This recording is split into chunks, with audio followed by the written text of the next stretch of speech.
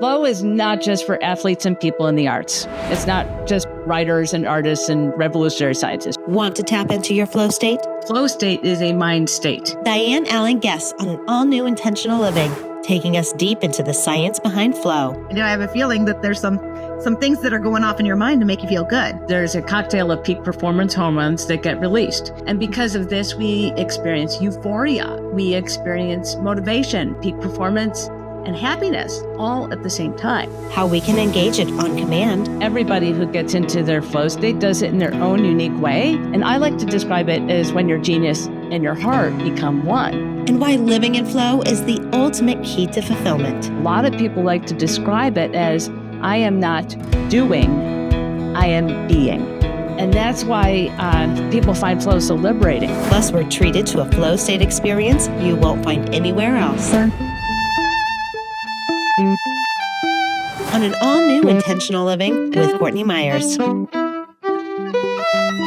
Before we get into the show, I've got a question. Are you in optimal health? Well, if you're anything like me, I'm sure you're just as confused and overwhelmed with all the information, rules, and advice out there for living your best life.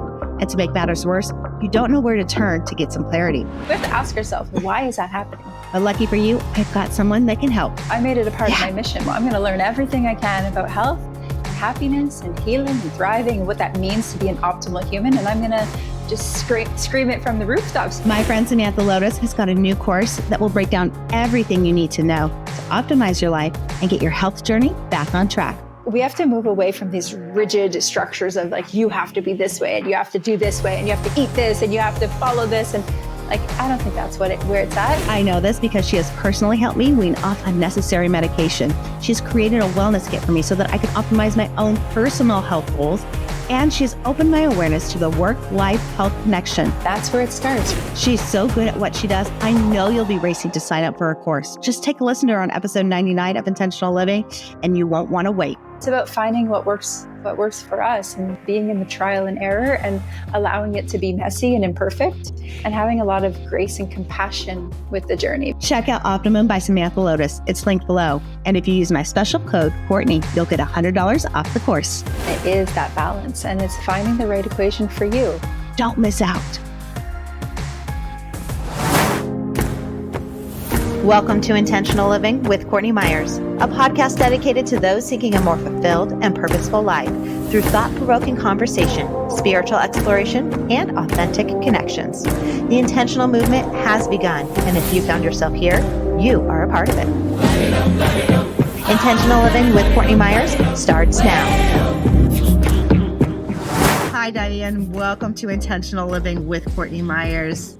We are in for a treat today. I know it, because not only are you a new author, your book baby just came into the world, you are a speaker on something that's so fascinating that I find myself in quite often, the flow state. And you're a violinist, and you're going to play for us today to help us get into the flow state. So this is going to be a treat. Welcome to the show. Thank you so much, Courtney. I'm really excited to be here. Any science, I love it. It's so fascinating. And I want to get into the flow state, just like jump right in talking about it, because I experience it. I have a hard time explaining it sometimes. And I've even heard interviews with other musicians. My husband and I were talking about it. He heard this interview with John Mayer talking about how he sees music. You know, when you ask people like, where do you get into flow, or what is the flow state? A lot of the times it's this feeling and it's hard to describe. And I know he described it as like seeing colors and shapes and things happen, but everyone experiences it differently, I think. So let's just kind of lay out what the flow state is, and then we could talk about how we get into it and like how you experience it. Yes. I love your insight into it. And I think that the flow state has, you have to be really clear on what we're talking about, because if we say go with the flow, that is a mindset, but flow state is a mind state. And I think the best way to start is with the neuroscience. Let's just like get right to the nerdy part. So there are key indicators of you being in the flow state. And they are things like losing a sense of time, like in a good way, right? losing a sense of self, where to the point where your inner critic is gone and you feel uninhibited and fearless. You've got ideas and insights coming in from out of the blue. Things are coming together with this sense of ease, like when you get more done in 30 minutes than you had in the last 3 days. You're in a positive feedback loop. So if you're in a negative feedback loop, you're typically having to use your willpower and discipline to get things done. But when you're working in flow, it's so rewarding that your own work, whatever activity it is that you're doing, it refuels you. And then overall, you're experiencing more meaning, joy, and fulfillment. So those are the key indicators to know whether you're in flow or not. And so that's like where you have to start, is like just awareness. I love that, because even when you're saying it, I know when I'm in my flow state as a writer, I know, like, I don't think about it. I get lost. It just happens. It's like my mind isn't even working. I call it channeling. Like, I'm channeling information through me, and it comes out in writing. And I've even heard you talk about this, is like in the shower, like ideas will drop in, or when I'm driving, you get in that zone and ideas drop in. And I remember even saying, when I was working in television for the longest time, like, when I was in that creative space and it was just firing fast, like, I work so well in that state, and I can get more done in like half the time as most people sitting around at their job doing it for 8 hours a day. I'm like, I'm going. What's next? And it's like, it's exhilarating. Why is it so exhilarating? Yeah. I mean, the science behind it. I have a feeling that there's some things that are going off in your mind to make you feel good. Yes. So what happens is there's in these moments, there's a cocktail of peak performance hormones that get released. And those hormones are anandamide, endorphins, dopamine, serotonin, and norepinephrine. And because of this, we experience euphoria. We experience motivation, peak performance, and happiness all at the same time. And when these hormones are in our system, literally the neocortex amps up, dramatically increasing learning speed, and the prefrontal cortex temporarily shuts down. So when we have shower moments, it's theoretically not flow, but it's another environment where our prefrontal cortex temporarily shuts down. And that's when we experience these ideas just kind of coming in, and it feels inspirational. And when that prefrontal cortex is temporarily shut down, so is your inner critic. And that's why people find flow so liberating. And so when you take a look at when you're in flow, a lot of people like to describe it as, I am not doing, I am being. How do we be? That sounds weird, but how do we become creatures that are being more than doing? Because so much of our life is just wrapped up in this, let's do, which I must say, as a generator, if you know anything about human design, and as a type A personality, I actually thrive in the doing. I have a harder time in the being. But how do we finally find ourselves in a state of being? Right. And it's my belief that everybody who gets into their flow state does it in their own unique way. Okay. And it's interesting because the psychologist who actually coined the term flow state, his name is Martin Seligman, and he specifically states that your signature strengths, being in your signature strengths, is what gets you into that flow state. And then Mihai Csikszentmihalyi, that's the name of the psychologist who did the most extensive research into flow. And he loosely described flow as this optimal state of mind when you feel your best and you perform your best. And I like to describe it as when your genius and your heart become one. And so a lot of people talk about, like, what makes you tick? What's your secret sauce, right? To me, how you uniquely get into flow really points to that special part of you, that genius part of you. So I love that, because you're just talking about it from a scientific standpoint, your genius and your heart becoming one. We talk about this all the time from the spiritual side of bringing your mind, your consciousness, and your heart together, your feeling, emotions. And we have lost that so much in society, and the way we operate. It's like, think with, use your head, not your heart. It's like, there has to be this coming back to marrying the two together. I've even been shopping around the idea. I've just talked about it recently of this idea of let's get past the idea of mindset work. All we talk about when it comes to development and self-help is fix your mindset, master your mindset. Yet we don't really talk about the heart set.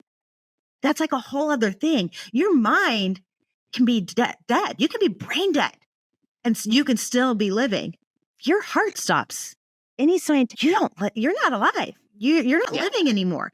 So it's like we can't ignore this part of us. And so when we bring that genius, that intellect, that mind in with your feeling body, wow, you are unstoppable. Yes. Yeah. You totally get it.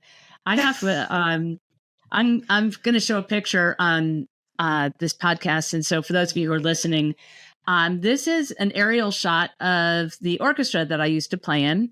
I'm the concertmaster, which is the lead violinist, second in command to the conductor.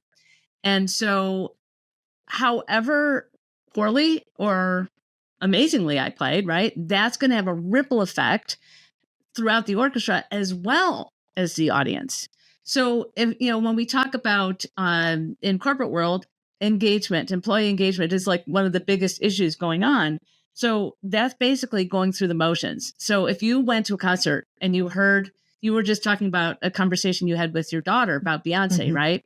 So imagine Beyonce or me, right, playing the violin, going through the motions, right? We're playing the right notes, we're singing the right words, right, whatever. Like people are like, no, this is not what we want. We want a transformational experience. So when a musician gets into the music, they are getting into their flow state. And because I'm in this leadership role, it has a ripple effect. Okay. And so why does this have a ripple effect? So are you familiar with the Heart Math Institute? Yeah, I am. Mm-hmm. Okay. So the Heart Math Institute, they started out, there was a body of information about the heart in the medical field where they were trying to figure out if we could do surgery on the heart. And once they figured that out, the Heart Math Institute took that over and they have not stopped ever since examining the heart. So what happens is that when you are in your deep flow state or your, what I like to say, it's like the energy of being in your enthusiasm, that energy, when you're in your heart space, there's 40,000 neurons in your heart. And that's where you're feeling those feelings when you're having your heartfelt feelings, right? And those 40,000 neurons in your heart. But the that's a mouthful. The electromagnetic field of the heart reaches out 3 feet around you, which is 60% more than the electromagnetic field of the brain. So if you imagine 3-foot circle around me, anybody in my sphere is going to pick up on my vibe. And because we are humans, we sync up together. So now all the people in my sphere around me are getting into their heart space. And now they are exuding 3 feet around you, 3 feet around them. This is, in essence, group flow. And it starts with me leading myself to get into flow, exuding that energy. And then it becomes this ripple effect throughout the orchestra as well as the audience. My mind is going a million miles a minute. I feel like we could take this so many different ways. Cause like, even you just say like any sign talking about your vibe and the, how it's contagious and how it flows and the space around you and getting into that, we can change the world if we all went this way. But even thinking about music, you go to see an artist and you want a transformational experience. And you can tell if someone is just going through the motions versus feeling it. That conversation we were having about my daughter and Beyonce, she's never really heard, well, she probably has heard Beyonce, but she's way more like aware of what we're listening to now. She loves to dance and perform.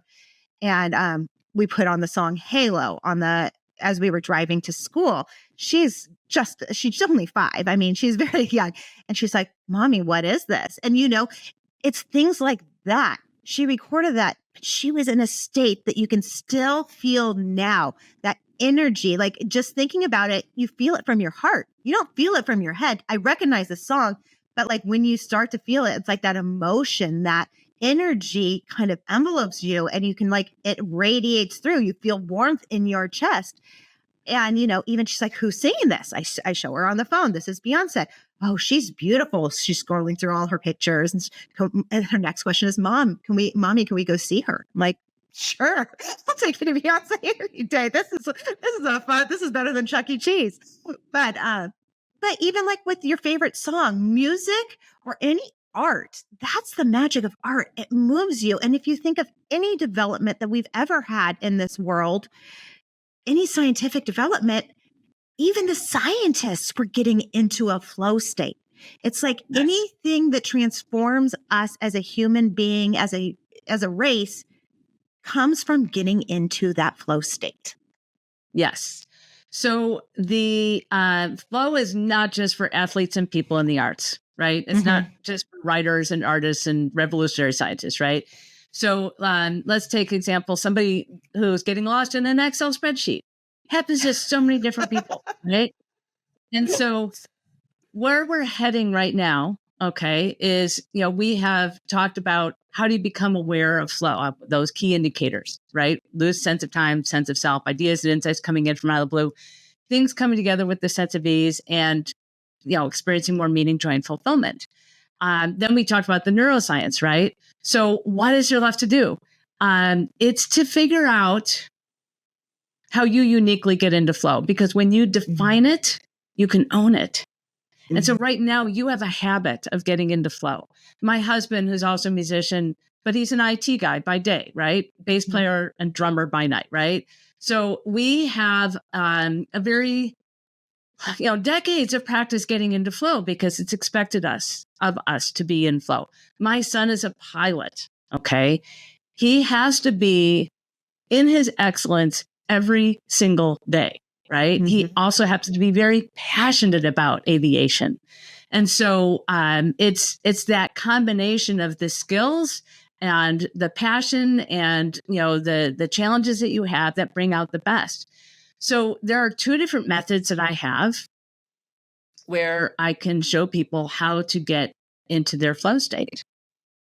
What do you think? Should we go for it? Let's start it. Yep, let's do it. No, I want to start off with something that's very universal for everyone, universal way for everyone to get into flow. And then after that, we could take a look at how each person uniquely gets into flow. So what I'm going to do is I'm going to provide you an experience for everybody who's listening to get into your flow state right now. And so you're going to hear a foundation line of music that I have recorded on. I play an electric violin. So I have this looper station. So I have it pre-recorded. And you're going to hear this line of music. And I'm going to ask you to participate. If you do not participate, if you do not actually do the activities, you will not experience this. You can't just listen to it and think you're going to get it. So I'm going to ask you to clap to the music. So if you're in public and you can't really, you know, be clapping to the music, if you feel self-conscious right now, just tap your finger, okay? You'll find a subtle way to do this. Now, I'm going to walk you through a series of challenges on purpose, okay? Because I'm going to, it's part of the learning. So you might be challenged for a second, but then you find your way. And every time I've done this, I do this in front of live audiences as well. It might fall apart for a second once I give you the challenge, but then every single time I do this, people rise to the occasion. Then I'm going to give you another challenge. You're going to rise to the occasion. It's meant to be a little bit of a roller coaster. And then afterwards, I'm going to ask a few questions for you to reflect on, and it will help you to determine to what degree you may have been out of flow or in flow. Okay. Make sense? Okay. Yes. Now I'm all nervous. Even my clapping skills. I'm like, oh, shoot. Am I going to be on? So here's the deal, Courtney. We don't know. You don't have here. I'm going to give you permission, just like let loose, because we don't know how the electronics are going to sync up. Okay. Because there's a lot of electronics going on here between my violin going through the wires and what you're receiving. So oftentimes it might have a delay and it might look like you're clapping off, but don't worry. We all know that because I just like, yeah. So the best way to go about this is to have a neutral mind and just be in a state of observation. Okay? Okay, let's do it.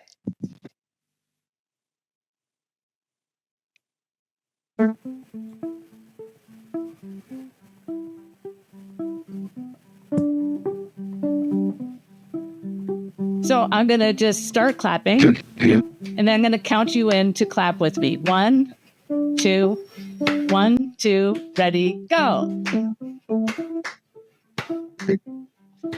Keep going. I'm going to start talking now.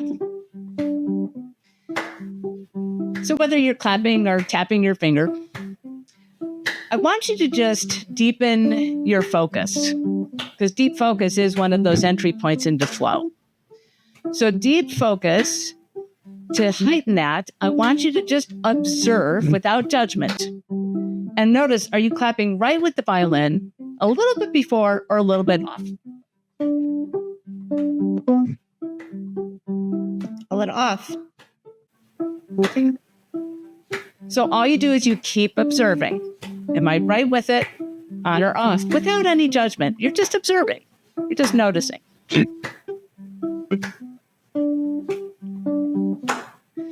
Okay, while you're doing this, I'm going to add another challenge. I want you to visualize as if you were being conducted by somebody who conducts orchestras or choirs or whatever, and their hand is going down at the same time that you're clapping. So the hand is going down at the exact same time that you're clapping. So I'm activating your visuals while you're also focusing on the clapping.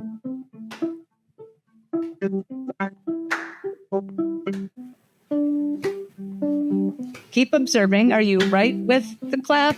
Excuse me, right with the violin? A little before or a little bit after? And see the visual. Now, there are thousands of people listening to this at different times, but still there are thousands of people listening. And each of you are doing your own part. But in a sense, you're also doing it together.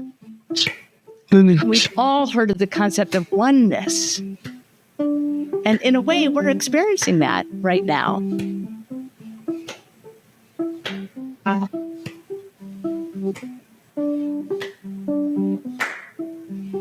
So the last challenge is I'm going to play a melody you have never heard before. And your job is to end the song at the exact same time that I do. Got it.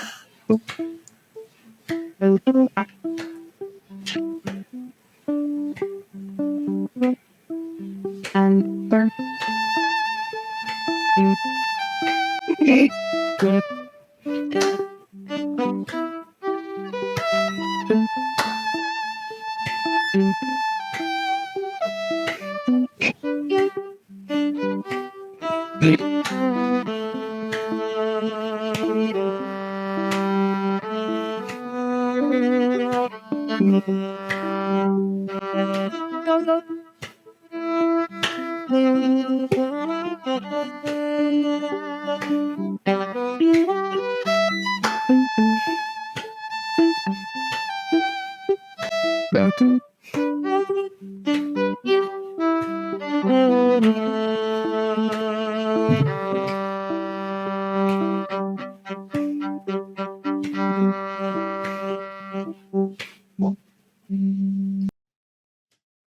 Wow. Oh, how is that possible? Did you have an experience? Yeah, literally, it felt like when you stopped, I was ready to stop. And I felt like, kind of like the conductor kind of did that finalized, cool. That little we're done motion. That's amazing. So let me ask those self-reflection questions. So the first question I just want everybody who's listening to answer to yourself is, did you lose a sense of time? That's one of those key indicators. And How would you know that? Well, maybe the time went by quickly, or maybe it went by slowly, but in a good way. Did you lose a sense of self? Best way to know this is, how quiet was your inner critic? Because the quieter, probably the more in-depth in flow you were. So maybe your inner critic went in and out. Maybe it was screaming at you. It could have been anywhere, right? So just notice, to what degree was it quiet or screaming at you? Then the added challenges. Did you find them satisfying in some sort of way? And did the concept of oneness take it to a whole new level? So the skills we were using are clapping, deep focus, listening. The challenges were just clap with the violin part, right? And observe where you were. Visualize that conducting piece and ending the song at the same time. Those were the challenges. And the purpose was that concept of oneness. So returning to the psychologist I mentioned earlier, Mihaly Csikszentmihalyi, he specifically states that the intersection of skill and challenge is the universal entry point into flow. So if you think about having a skill and it's not challenged, nothing is going to become ignited. If you have a challenge but it's not skilled, nothing is going to become ignited. It's the two together that ignites flow and brings out the best in us. So you have to think of a Venn diagram. A skill, a challenge, overlapping. That overlap is the sweet spot. But then purpose, that concept of oneness, when we added that just took it to a whole other level.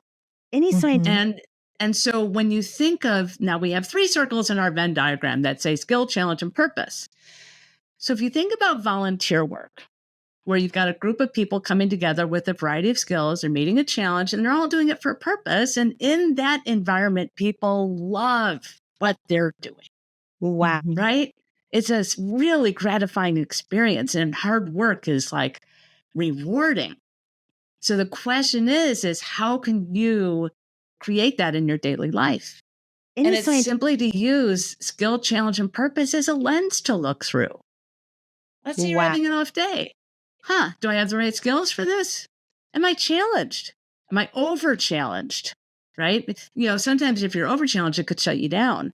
But if, for me, if I don't challenge myself to get my email inbox cleaned by, in 20 minutes, it doesn't happen. Like I have to challenge myself, right? Then it brings it out, right? And then usually, if I'm using my email inbox example, I don't specifically assign purpose, because usually once I'm in there, I find all kinds of purpose. So it just kind of unfolds itself. But I speak for a lot of HR audiences, because they are dealing with employee engagement and how to get people, to engage with their work. And so this one woman, she said that she knowingly hired somebody who was overqualified for the job, and she was very nervous about retaining her. And then she realized, you know what? I just have to ask her, are there any skills you'd like to be learning? How about challenge? What are the challenges that you really enjoy? Because challenge is very subjective. One person's, big, hairy, audacious goal could pull the best out of them. Think about the Olympics we just saw. But for somebody else, that might make them crumble, as I mentioned already. Right. So this, so it's you have to find out what are the challenges that bring out the best in you. And then asking, she thought, I need to ask this woman, does she find enough purpose in her work? So that's some examples of, this model in play. So the components to being in flow, getting into that flow state, are purpose, challenge, and skill set. So we need to kind of break each of those down for ourselves. And it's going to be so individual, and it could be changing. We could be on a scale. Every day could be a little bit different. If you didn't get enough sleep, something may be more challenging than you really want to put yourself into at the moment, which is a challenge that's usually welcome. So it's there's so many different factors to get there.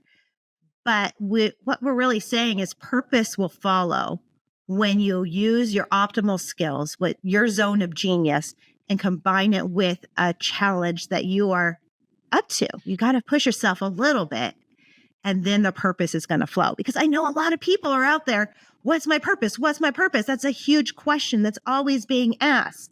But if we can take those two parts of the Venn diagram and bring them together, that third might start to populate a little bit. I love your insights on this. I think that, especially the sleep one, right? Yeah. Yeah.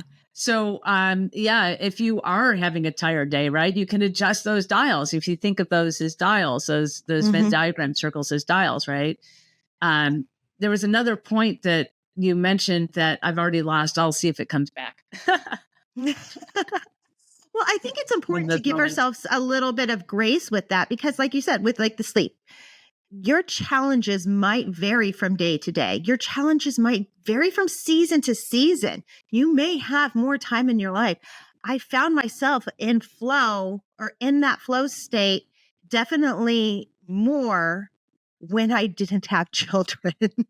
Yet when I had young kids and I'm tasked with watching them 24 hours a day, and this is before they started school, which they just both started school, like I've still been home with them, I find myself not challenged, and I feel like a lot of women find themselves in that season, like, you just don't feel like yourself. And when you can't get there and you can't get into that state, it's almost like systems shut down. And I love how you're saying that you have to have that challenge. So different seasons are going to take you into different parts of this. And that was the point that I just remembered. It came back that you have to be just outside your comfort zone to ignite flow. Okay. Why is that? Wow. That's the challenge piece. Wow. You do have to get a little bit out. I'll give you an example. I practice violin, right here in my room. But when I'm in front of an audience, I always play better. So it's just enough of that challenge. Things will come together in a whole new way when I'm in front of an audience. Wow.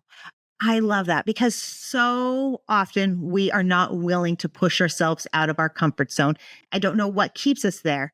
But if we really want to be in our zone of genius, we need to push ourselves. It doesn't have to be extreme, slightly. I mean, that's even with when I started this podcast, I was so scripted in everything I was putting out into the world, because that was my background. 20 years of scripting, essentially. All I wanted to do was script myself.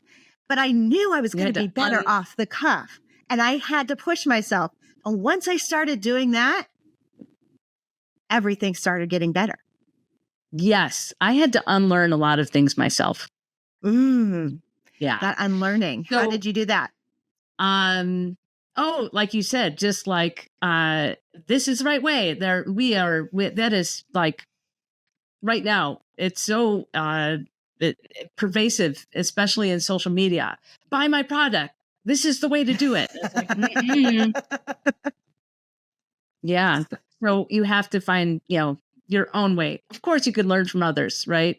But in the end, I find that when I do learn from others, I end up figuring out a way to make it my own anyways. I would love to go through that other tool that I have. Oh, yes, of course. So this is the 3-step flow strategy system. This is my thought leadership on how to get into flow. And it's how I feel when you can really define how you uniquely get into flow. So it's not some nebulous thing, or that it's sporadic when you get into flow. Like, how can you really make it to where you can get into flow on demand? It's the whole reason why I was able to get a TEDx talk, because flow, there are many talks on flow, but I was the only one talking about, like, how can you actually make it a repeatable and reliable thing for yourself?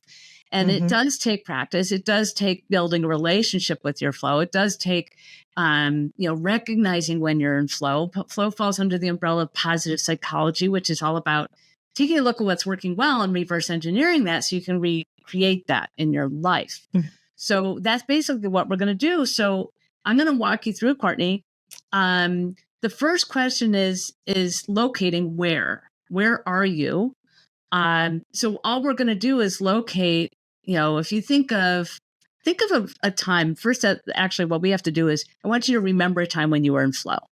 like a really visceral time. Okay. And then just ask yourself, where were you? Like for my dad, it's in the kitchen. Like where is it for you? Any science, I was typing, sitting at a computer. Sitting at a computer. And it could be anywhere as long as you're sitting at the computer. That's your where. Okay. And then the next question is a two-part question. It's what? What are you doing on the outside while she's typing? She already told us. Okay. So what you're doing on the inside is a whole nother world. So if I go back to that Excel spreadsheet example, because there are many people that lose themselves in an Excel spreadsheet. They could be doing any number of things: problem solving, visualizing. It could be calculating. I heard one woman at a speaking engagement I did said, I do collaboration on my spreadsheets. It's all about collaborating. So it's as unique as you are. So where you are, sitting in front of something that you could type, what you're doing on the outside is typing. What are you doing on the inside? What activity are you doing?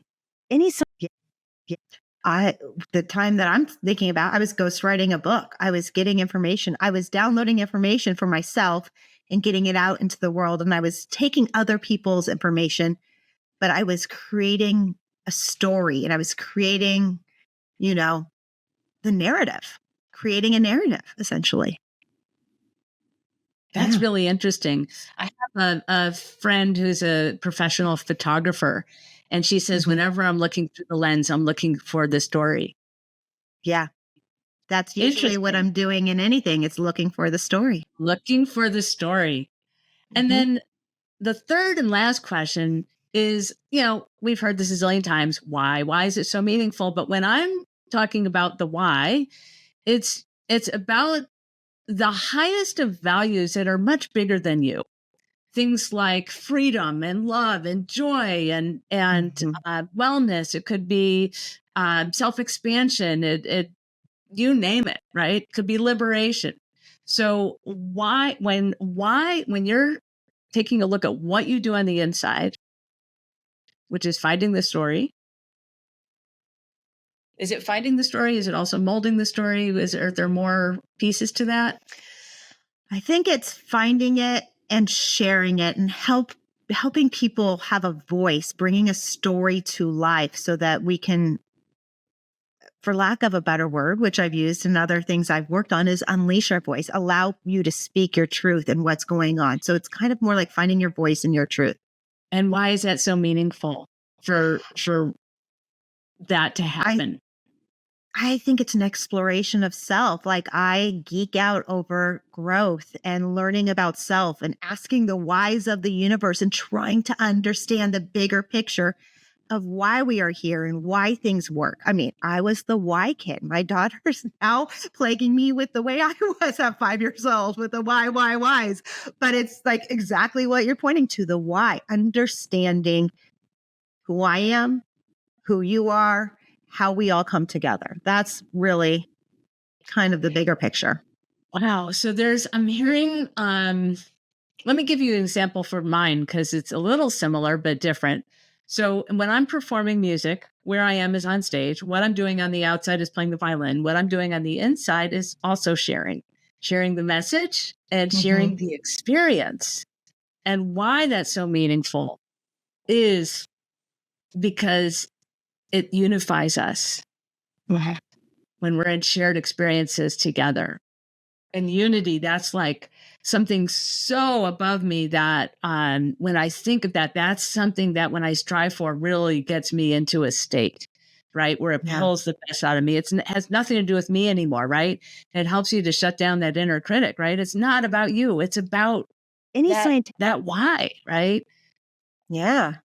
So I guess we could take mine even further into a compassion, finding compassion for one another because we can understand each other. When we learn more about each other's stories and we share, the bigger why is having compassion for each other, which is the oneness. Yeah. Amazing. Wow. So what I call flow strategy is the two pieces, what you do on the inside and why it's so meaningful. What you do on the inside, that's that unique secret sauce, the thing that makes you tick. That's you being you. Okay. And that why, associating your why, like somebody else could say the same thing as you, Courtney, about what you're doing on the inside, but they might have a completely different why, right? Yeah. So that compassion piece like really got me moving. I felt that energy that we were talking about earlier, the energy of influence, because I could feel your energy about that topic of compassion, and I couldn't help but feel synced up with that. So so those are the two pieces. Once you define that for yourself, then you can set yourself up to be in flow. Let's say you're having an off day and you need to get back on. You can remember, wait a minute, this is about compassion. This is not about me ripping my hair out because I'm doing something hard right now, right? Or wait a minute, am I off right now because I'm doing something else? But when I'm being what I'm actually sharing and finding the story, right? That feels, yes, it's doing, but it also feels like being, right? But if you're like just searching and like you're in some other left brain, kind of thing, you're in do mode, right? It feels like you're in having to use that discipline and work hard to make it happen, right? But when you can remind yourself, wait a minute, just look for the story. Hold your horses, right? Relax, look for the story. You can get back on track. Wow. I could do this with you all day. I mean, I could feel it. Going back to the heart, you could feel it when you go there. The warmth, the radiation coming from the heart, the connectedness, that energy, those vibes that we're passing back and forth, you could truly feel it. And I mean, that's huge because we are told to do things a certain way. We're told to strategize. And I want to rip my hair out every time I'm told, think of this, think of the end game, strategize. It's like, I just need to create. I just need to get into that state. So thank you for giving me personal permission to do that. And everyone else listening, I mean, you're wonderful. This has been so moving. This is so moving. I cannot wait for your book. Tell us how to get it. Tell us how to follow you, hear your music, follow everything you're doing. This is wonderful. Thank you. I want to share a quick story before we wind up, though, because I think there was a very difficult time in my life. I was my son. He was at the height of his teenage rebellion, and he was also 18 years old, an adult, and definitely pulling the adult card. Would not listen to my husband or I. At the same time of this rebellion, he was very depressed. It was very scary as a parent, very scary. Like I had no control. I was so worried for him. Simultaneously, my mom had Alzheimer's, and she always said, put me in a home. She'd been grooming me for 30 years. Put me in a home. Don't try to take care of me. So I did. She gave me that permission. But still, it was so hard. It took 8 years of me managing everything for her and all those visits. And during that time, something very weird happened. I was sitting on stage playing a Beethoven symphony, and I was numb, and I could not feel the music at all. And my violin students started leaving me for other teachers. I took a year's leave from the orchestra to see if I could figure things out. Did not. And I thought, okay, I guess I'm done with the violin. I sold my gorgeous antique violin that had been my musical voice for decades. Sold it. I was that done. My entire music collection, everything. Sold it all. And I had always loved doing public speaking, and I was working on building my career as a public speaker. So I had plenty of things to work on that were interesting to me. And all my friends would say, Diane, can you not marry the violin with the speaking? And I'm like, no, these two worlds will never collide, right? Absolutely not. Silo between these two worlds. And so, fast forward throughout all the difficulties, my son did end up finding his way. My mom passed away. I was, feeling that relief. And And I was sitting at a film festival watching a documentary about a group of counterculture artists who were questioning everything. Who's to say this is art? Who's to say this is not art? Who's to say that this art's valuable and this art is not? And we want to run a business. Who's to say we have to have leaders? Who's to say that this is how we have to have some hierarchical, the system to who's leading, who's employees, and all this? Like, can't we just be all,